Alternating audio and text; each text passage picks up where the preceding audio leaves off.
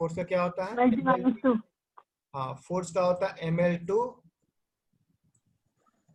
mlt -2। ये सब जितना सामने प्रैक्टिस आप लोग करेंगे ना, आप लोग को याद होते जाएगा, है ना, आप लोग को याद हो जाएगा। इसलिए हम सामने एक बार लिख दे रहे हैं। ये एल स्क्वायर रहता है नीचे, ऊपर जाके एल स्क्वायर, यहाँ 1 है, यहाँ 2 है, ऊपर जाके माइनस में बदल जाएगा तो 1 - 2 यानी -1। तो इसका आंसर क्या आ जाएगा? -1।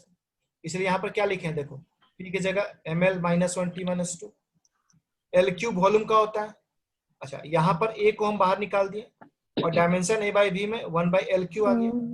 अब ये LQ को इधर ले जाके मल्टीप्लाई कर दो, ये तो क्रॉस मल्टीप्लिकेशन करेंगे तो LQ इधर आएगा ना क्या? तो जब LQ इधर आएगा तो क्या हो जाएगा? ये 6 हो जाएगा। देखिए यहाँ पर थोड़ा मिस्टेक किए हुए, ये 6 हो जाएगा, क्योंकि ये 3 और ये 3 जुड़ जाएगा ना, और LQ और LQ L6 हो जाएगा। तो वैसे में क्या हो जाएगा? अब देखो यहाँ पर है L -1 है, कैसे कैसे क्या किया हुआ, यहाँ L -1 है। ओ नहीं नहीं नहीं, ठीक किया गया, ठीक किया गया, सॉरी। ये पहले सॉल्व कर दिया जी, 3 से 1 घटा के यहाँ 2 लिख चुका है। पहले इधर से सॉल्व कर दिया, ये -1 और ये 3 है, तो 3 में से 1 घट गया, 2 आ गया, और तब ये वाला क्यूब को यहाँ लेकर आया। अब ये 3 और 1 2 कितना हो गया? 5 हो गया, और इस बेस का पावर जुड़ जाता है ना, ये 3 और 2 जुड़ जाएगा, 5 हो जाएगा, t - 2। यही हो गया आंसर। ठीक है, किसी दो को कंपेयर कर सकते। अब मान लो a/v का पता चल गया, pb को भी pb से कंपेयर करो तो आसान है। pb को आप कंपेयर करिए किससे? pb से। आपको एग्जाम में बात लिखना पड़ेगा कि by principle of homogeneity dimension of pb, ऐसे लिख दिया, मतलब dimension of pb equal dimension of pb। अब p तो दोनों तरफ पे कट गया, नेक्स्ट स्टेप में क्या आ जाएगा? डायमेंशन ऑफ v बराबर डायमेंशन ऑफ p। आपको काट के दिखाने की जरूरत नहीं, सीधे से डायमेंशन ऑफ b। देयरफॉर आपका चाहिए क्या था? डायमेंशन ऑफ b बराबर, उल्टा करके लिख दीजिए ताकि इधर इसको इधर इधर ट्रांसफर करते हैं। b का क्या होता है? LQ। आंसर आ गया LQ। आसान है ना? इस तरह से इस पर आप कोई भी न्यूमेरिकल बना सकते हैं, इससे टफ कोई न्यूमेरिकल नहीं हो सकता है। ठीक है, अब जैसे मान लीजिए हम लोग बात करते हैं, अब जो क्वेश्चन हमको ये भेजी थी, चलो उस पर आते हैं। अभी तो आपके 12th को पढ़ा रहे थे, देखिए ये मीटर ब्रिज है। एक्चुअली ये सब का प्रैक्टिकल करवाना है ना, प्रैक्टिकल इंस्ट्रूमेंट रहे तो सारा किया सकता है। अभी व्हाट्सएप खुले तो हम आपको क्वेश्चन दिखा दें, या बोले तो क्वेश्चन फ्रेज भी लिख सकते हैं।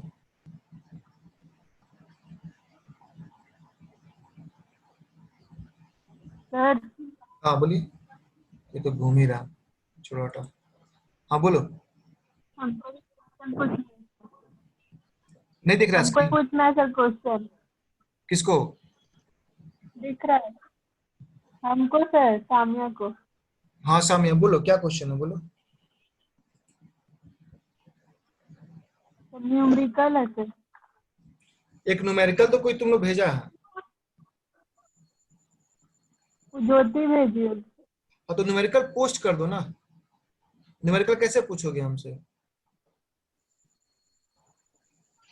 जैसे कि ग्रुप में न्यूमेरिकल पोस्ट कर दो क्लास से पहले। अब न्यूमेरिकल अभी तुम बोलोगे हम लिखेंगे, जैसे ज्योति पोस्ट कर चुकी है तो वो उसका हम न्यूमेरिकल सीधे ओपन कर। हाँ बोलो, अगर लिखी हो तो पोस्ट कर दो। देखो जैसे ज्योति का नंबर है ना, उसको पहले लिख के पोस्ट कर दो, तब आसान रहेगा हमारे लिए। ठीक है सर। क्या? पोस्ट कर देंगे सर। हाँ पोस्ट कर दो, अभी पोस्ट करना, अभी कर दो, बाद में करना, बाद में कर देना। उसका बोलोगे तो हम लिख के भेज देंगे, अभी डिस्कस करना अभी भी कर सकते हैं। देखो ये क्वेश्चन ज्योति का, देखो ज्योति का एक क्वेश्चन है कि आपको इसमें ये इक्वेशन है जिसमें कि P है, ये इक्वेशन है जिसमें P है, अल्फा बाई बीटा है, अल्फा बीटा कोई कांस्टेंट है, e to the power minus alpha z by k theta, ठीक है, e to the power minus alpha z by k theta. आप जान लीजिए कि ई का पावर जो भी होता है, ठीक है, जैसे कि हम लोग पढ़े हैं कि साइन थीटा जो होता है, साइन थीटा में थीटा क्या होता है, डायमेंशन लेस होता है। थीटा क्या होता है, हमेशा डायमेंशन लेस होता है। ठीक उसी तरह से ई का पावर जो भी चीज होगा वो डायमेंशन लेस होगा। एक्सपोनेंशियल पावर इसको बोलते हैं, ये डायमेंशन लेस क्वांटिटी होता है, ठीक है। डायमेंशन लेस है मतलब उसको m0 l0 t0 लिखो या सिंपली 1 लिखो। 1 का मतलब है m0 l0 t0 होता है। इसलिए हम चाहें तो इसका जो भी पावर में है, माइनस का तो न्यूमेरिकल कोई मतलब होता नहीं है, यानी पावर में क्या है, alpha z by k theta. ये क्वेश्चन फिर अधूरा हम दिए है, ये जेड इसमें क्या है बताए नहीं है, हम बोले थे क्वेश्चन पूरा लिखना, ठीक है। ऐसे हमको लगता है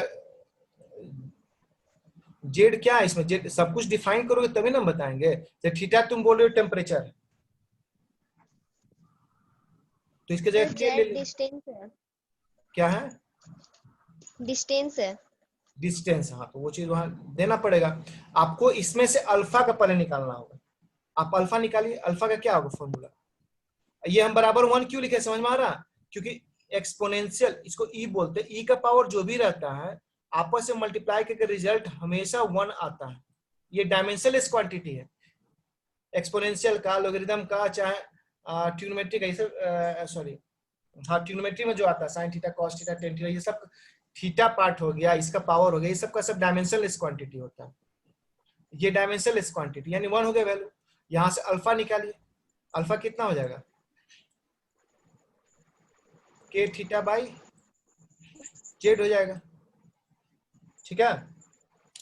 अब देखिए यहां पर के को बोला जाता है बोल्ट्जमैन कांस्टेंट ही बता रही,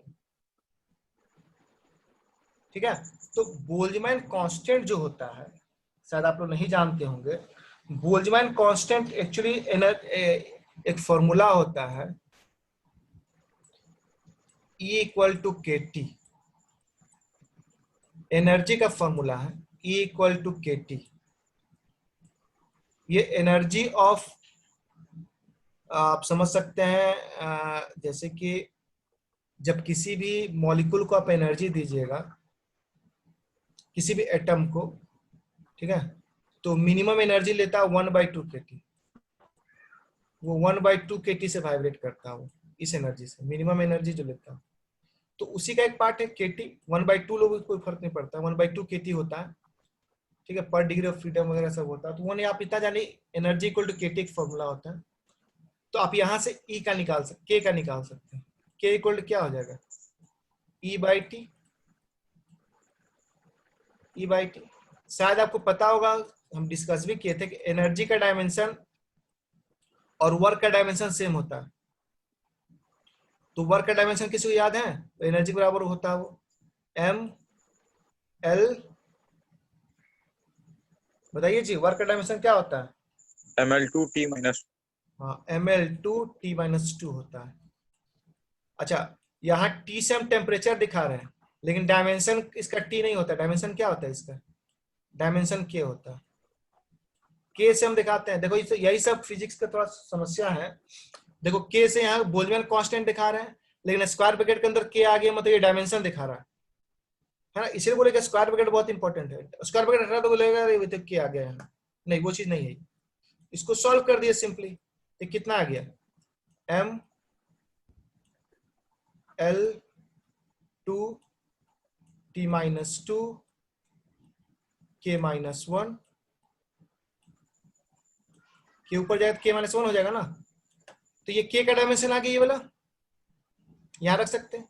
थीटा चूंकि k का डायमेंशन वहीं से हम लिख देंगे, यहाँ पर बस ऐसे ब्रैकेट करके छोड़ देना, डायरेक्ट कैलकुलेट करना। थीटा का डायमेंशन तो k होगा, क्योंकि यहाँ थीटा को क्या बोल रहा है, ये टेम्परेचर बोल रहा है। और जैसा कि अब ज्योति बता रही कि यहाँ पर जेड क्या है, एल है, तो ये L हो गया। ठीक है, इसको सॉल्व कर दो। देखो पहले M का कितना बचेगा, M का तो M ही रह जाएगा, M को तो छेड़ने वाला कोई नहीं यहाँ पर। लगा बात, L का तो L2 है, नीचे L है, तो एक L को ही खत्म कर देगा क्या? Yes sir. ये कुछ फॉर्मूला गलत कर रहे हैं क्या हम लोग? नहीं नहीं ठीक है, चलो ठीक। तो M बचेगा, L बचेगा और T-2 बचेगा। और कुछ बचेगा जी? नहीं बचेगा। ये बचेगा K थीटा, नहीं बचेगा, क्योंकि ये जो K है, ये K को ये K खत्म कर देगा। ये -1 है, इसका पावर 1 है, तो बस यही बचेगा, MLT-2 बचेगा। अल्फा निकल गया क्या जी? अल्फा निकल गया ना? अरे इसका निकल गया ना अल्फा का डायमेंशन, कुछ बोलता है नहीं। यस सर, निकल गया। हाँ, अब तो पता ही है कि इस पार्ट का कोई डायमेंशन, पूरे ई का कोई डायमेंशन नहीं होता, तो इसको तो हटा ही दो। एक्चुअली e⁻ समथिंग एक नंबर आता है, इसलिए इसका कोई डायमेंशन नहीं होता, एक नंबर को रिप्रेजेंट करता है ये। ठीक है, ये इसका कोई डायमेंशन नहीं, तो खत्म हो गया। तो बचा p का डायमेंशन। p का डायमेंशन तो आप जानते ही हैं, p का क्या होता है? प्रेशर का अभी बताएं, बताओ जी। ML2 T-2। ml2 होता है, कहा तो तुरंत भुला जाता है। ml-1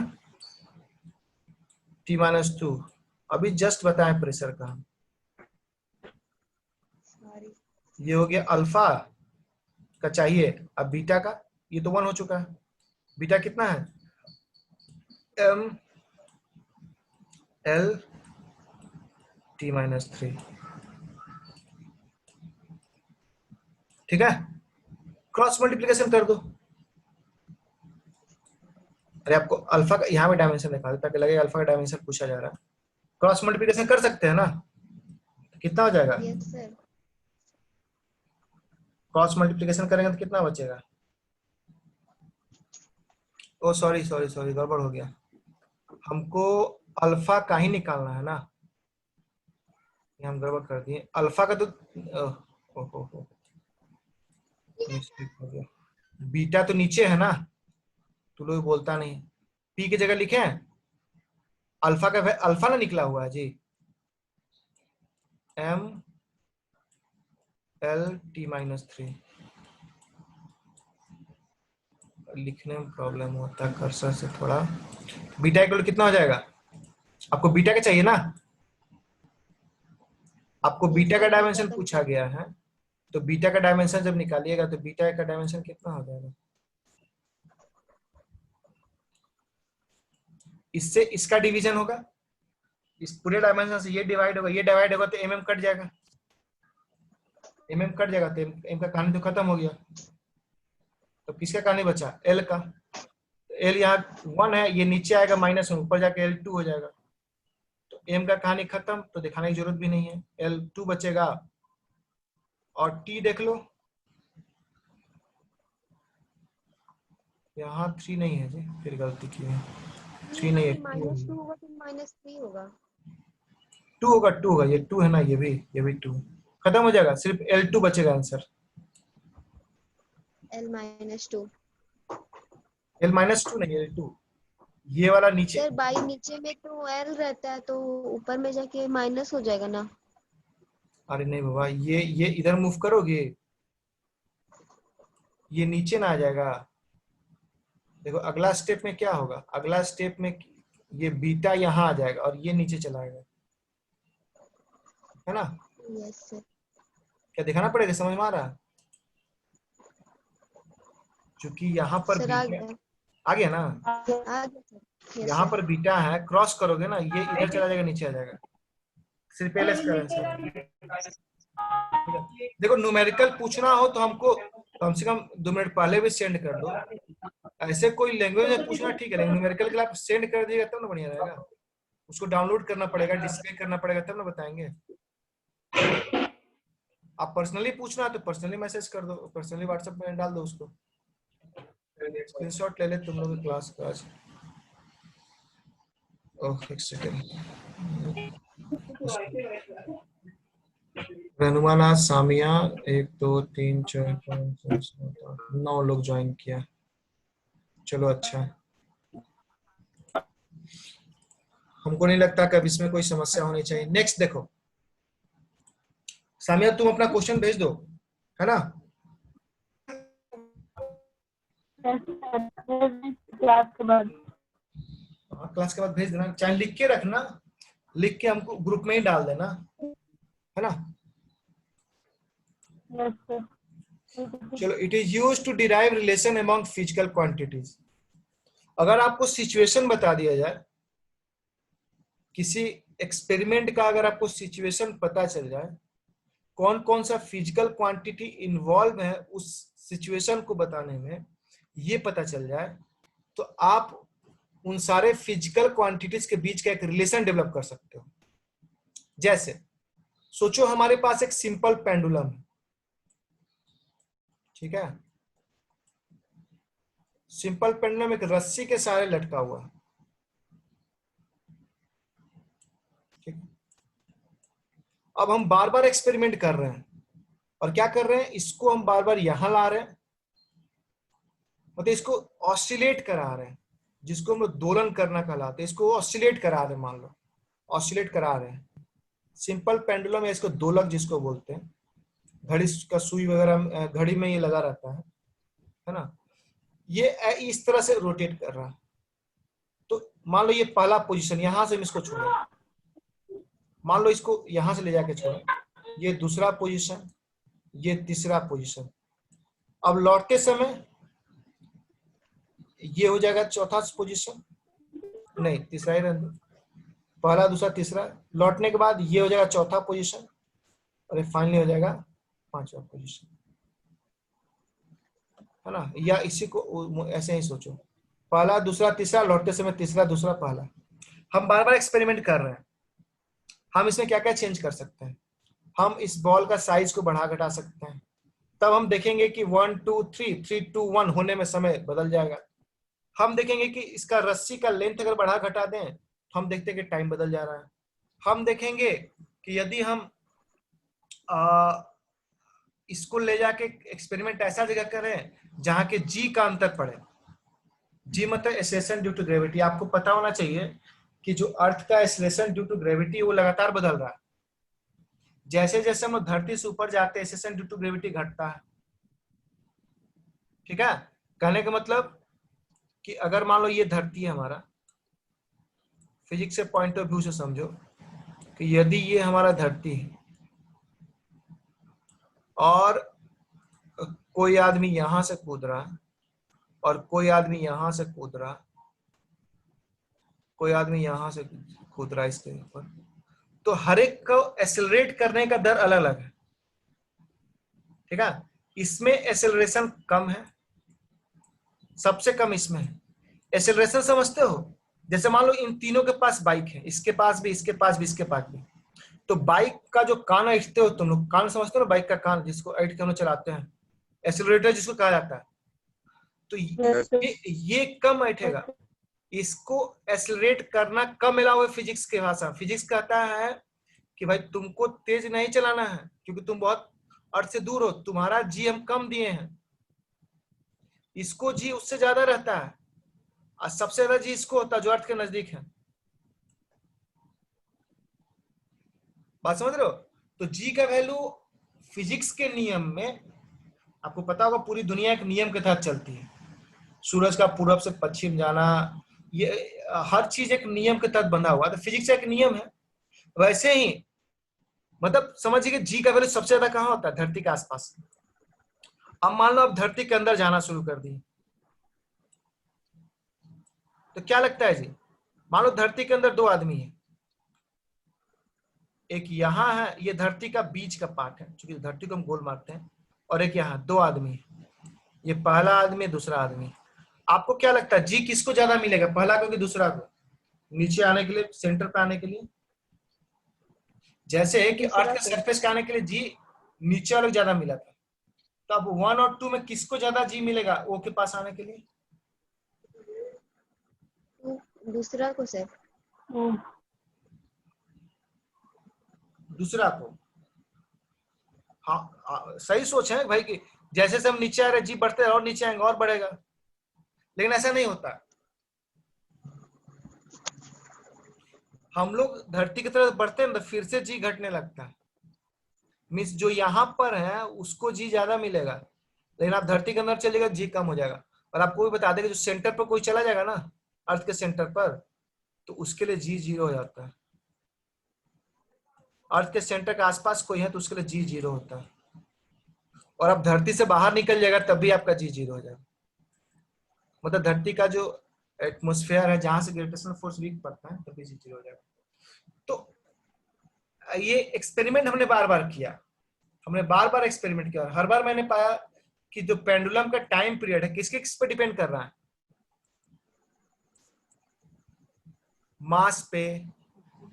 बॉल का जैसे बड़ा बॉल लिए टाइम बदल गया, लेंथ पे स्ट्रिंग बड़ा ले लिए तो एक बार जो दोलन का समय था वो बदल गया, जी बदल दिए तब भी बदल गया। लेकिन अब इन सब के बीच में एक मैथमेटिकल रिलेशन चाहिए। एक्सपेरिमेंट वाले लोगों ने तो इतना पता कर लिया कि ये डिपेंड कर रहा है इन सब बातों पर, लेकिन इन पर कैसे डिपेंडेंट है? अगर अगर कोई कहता है कि एक बॉल है मेरे, हमने क्या किया, ये मेरे पास मान लो पेंडुलम है, इसका मास 2 kg था और ये 3 सेकेंड में पूरा एक दोलन कर रहा था। मतलब 1 पोजीशन से चलता था, 2 और 3 होता हुआ वापस कहाँ जा रहा था? 1 पोजीशन में 3 सेकेंड में। अब मान लो मास को 4 kg कर दिए। किसका मास को? ये जो नीचे भारी सा बॉब लटका हुआ मेटल का। तो क्या लगता है टाइम कम लगेगा या ज्यादा रहेगा पोजीशन 1 से वापस पोजीशन 1 में आने में, मास बढ़ा देने से? ज्यादा लेगा, क्या जी रितेश तुम बताओ? ज्यादा टाइम लेगा। रितेश गायब हो गया लगता है। राजा खान तुम बताओ क्या होगा? बॉब का अगर मास हम बढ़ा दें तो एक दोलन में ज्यादा समय लेगा कि कम समय लेगा? मास बढ़ा देगा, हाँ हाँ ज्यादा ना, समय लगेगा। ज्यादा समय लगेगा। तुम कीर्ति आज बताओ। ज्यादा ही ना लेगा। ज्यादा लगेगा। आज सिमरन नहीं है क्या? अरे ज्योति भी नहीं नजर आ रही है, अज्योति है। चलो ठीक है। तो अब देखिए आपको तो लग रहा ज्यादा होगा कम होगा, क्या होगा नहीं होगा वही हम देखेंगे। हमने संभावित आंकड़ा ले लिया कि बॉल का मास, चूंकि मास इसमें है तो मास का असर पड़ सकता है, लेंथ का असर पड़ सकता है जी का। ठीक है, अब हम क्या करते हैं, रूल अप्लाई करते हैं। अब इसको रिलेशन निकालने का तरीका है डायमेंशन एनालिसिस में। सबसे पहला क्या है कि टाइम को दिखाइए कि प्रोपोर्शनल किस पर, मास पे। किस पर प्रोपोर्शनल है? लेंथ पर। किस पर प्रोपोर्शनल? जी पर। जिस पर इस पर डिपेंडेंट है उस पर प्रोपोर्शनलिटी करके मैथमेटिकल लिख लीजिए और पावर में एबीसी दे दीजिए। आपको नहीं पता कि मास को 1 गुना बढ़ाने से टाइम 2 गुना बढ़ेगा, 3 गुना बढ़ेगा। जी को 1 गुना बढ़ाए तो टाइम 2 गुना बढ़ा के 3 गुना बढ़ा। ठीक है, जैसे होता है कोई कोई आदमी 2 रोटी खाता है तो उसका बॉडी ज्यादा बढ़ता है, और कोई कोई 10 रोटी खाए तो नहीं मोटाता है, होता है ना इस चीज। तो ये चीज पता करना पड़ेगा कि मास बढ़ाने पर, लेंथ बढ़ाने पर, कितना बढ़ाने पर कितना असर पड़ेगा, इसलिए पावर देके छोड़ दिए। ये तरीका होता है। तो सबसे पहले जिस पर इस पर डिपेंडेंट है उसका पावर ए बी सी देके छोड़ देंगे, फिर मैथमेटिकली सबको आपस में कंबाइन कर दो। T directly proportional to M का पावर ए। प्रोपोर्शनैलिटी का रूल पता है ना? और ये प्रोपोर्शनैलिटी का साइन है, पता है? प्रोपोर्शनैलिटी समझते हो? Yes sir. ये सब का सब प्रोपोर्शनैलिटी का साइन है। तो टी प्रोपोर्शनल एम का पावर ए, टी प्रोपोर्शनल एल का पावर बी, टी प्रोपोर्शनल जी का पावर। प्रोपोर्शनैलिटी हम जैसे हटाएंगे, अब प्रोपोर्शनैलिटी को मिला दिए तीनों एक साथ हो गया। अब प्रोपोर्शनैलिटी हटाइएगा तो एक तो कांस्टेंट आता है हर बार, उसका नाम हम क्या दे दिए? के दे दिए। अच्छा, इस तरह के प्रोपोर्शनैलिटी में के का डायमेंशन नहीं होता है। क्योंकि इस प्रोपोर्शनैलिटी में हम के खुद सपोज कर रहे हैं, इसलिए हम के का डायमेंशन नहीं मानेंगे। अब क्या करते हैं, दोनों तरफ जो जो क्वांटिटी मेरे पास है, टाइम है, मास है, लेंथ है और रेजिस्टेंस ड्यू टू ग्रेविटी है, सबका डायमेंशन पुट करते हैं। तो टाइम का डायमेंशन टी,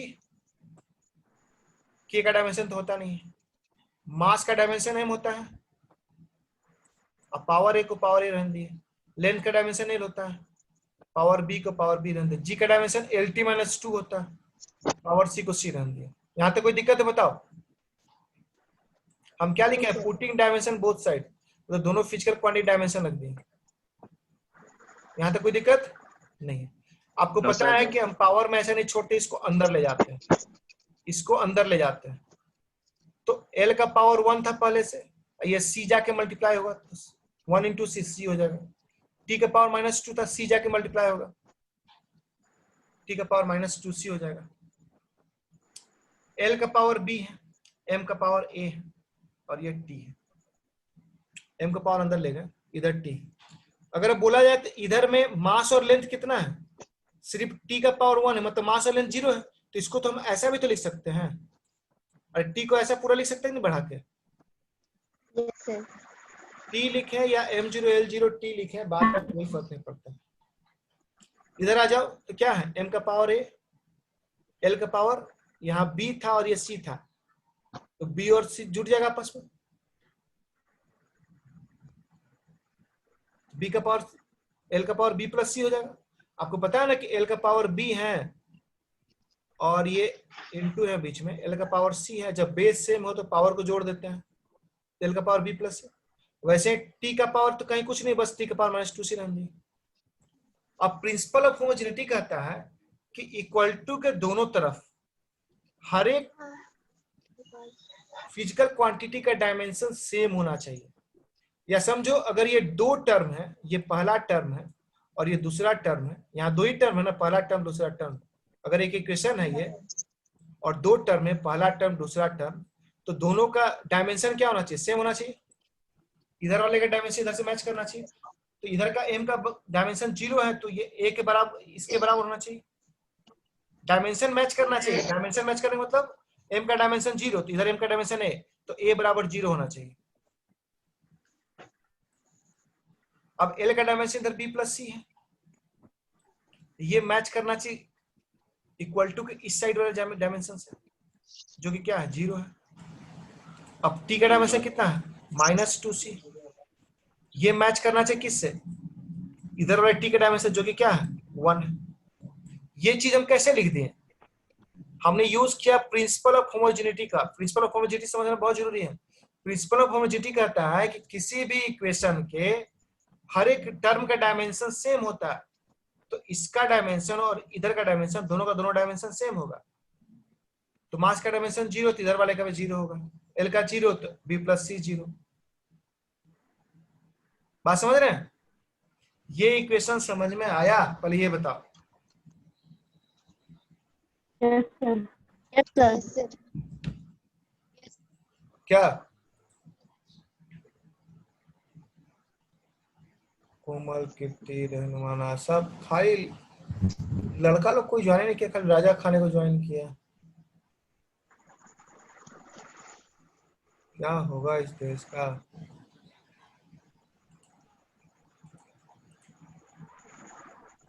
चलो ठीक है, तो वही चीज लिख दिए हैं, a बराबर 0 लिखे हैं, b प्लस c बराबर 0 लिखे हैं और -2c बराबर 1 लिखे हैं। अब इन्हीं तीनों इक्वेशन की मदद से हमको एबीसीडी निकाल लेना है। तो देखो -2c बराबर 1 है, तो c बराबर -1/2 होगा, a का तो 0 निकल गया, c निकाल दिए -1/2, तो b प्लस c बराबर 0 है, तो b बराबर क्या होगा, -c।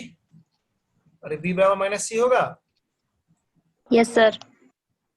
लेकिन c का वैल्यू कितना है, -1/2, तो -1/2 -1/2। अब t बराबर क्या माने थे, मेन इक्वेशन क्या था, k m का पावर 0, l का पावर m का पावर a, l का पावर b, g का पावर c, यही ना था। तो m का पावर a तो 0 आ गया, l का पावर b तो 1/2 आ गया, तो 1/2 लिख दिए। और सी की पावर -1/2 आ गया, जी का पावर सी था तो सी का -1/2 आ गया, पुट कर दिए। अब इसी को थोड़ा एडजस्ट कर दिए। 1/2 का मतलब रूट होता है, पता है ना। Yes sir. इसी को आप ऐसा भी लिख सकते थे, के रहने देंगे आप एम का। अब तुम बोलोगे ये तीनों वैल्यू कहाँ ले जाके पुट किए, तीनों वैल्यू को, ये तीनों वैल्यू को ले जाके इस इक्वेशन में पुट किया, देखो कहाँ, ये इक्वेशन नंबर 1 में ले जाके पुट किए। पहले दोनों तरफ का डायमेंशन पुट किए, टी का डायमेंशन एम का डायमेंशन टी का डायमेंशन मल्टीप्लाई किए, प्रिंसिपल ऑफ होमोजेनिटी यूज किए, एबीसी का वैल्यू निकाल दिए और फिर एबीसी का वैल्यू लाके इसी इक्वेशन में रख दिए। इस इक्वेशन रखने का फायदा क्या हुआ कि मेरे पास एक ऐसा इक्वेशन आ गया। अब देखो m का पावर 0 में खत्म हो गया,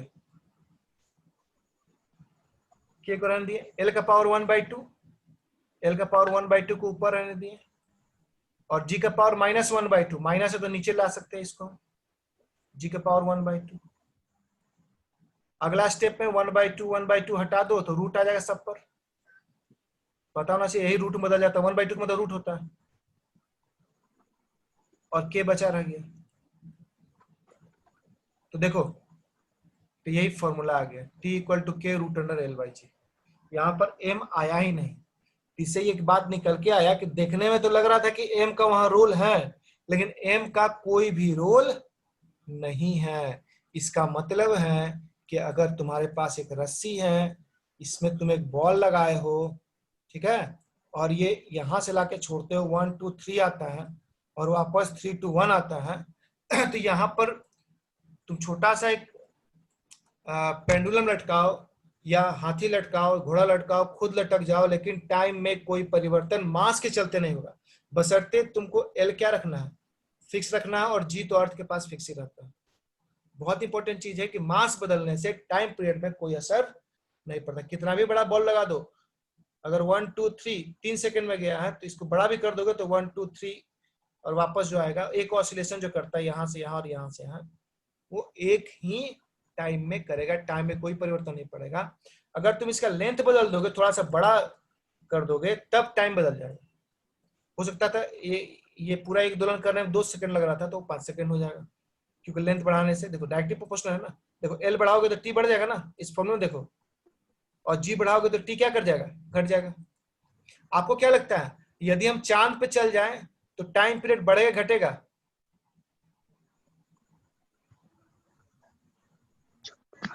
घटेगा। चलिए आप लोग इसको सोचिएगा, है ना, और मिलते हैं हम लोग कल। आज का क्लास खत्म,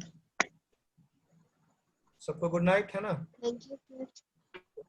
चलो, ठीक है।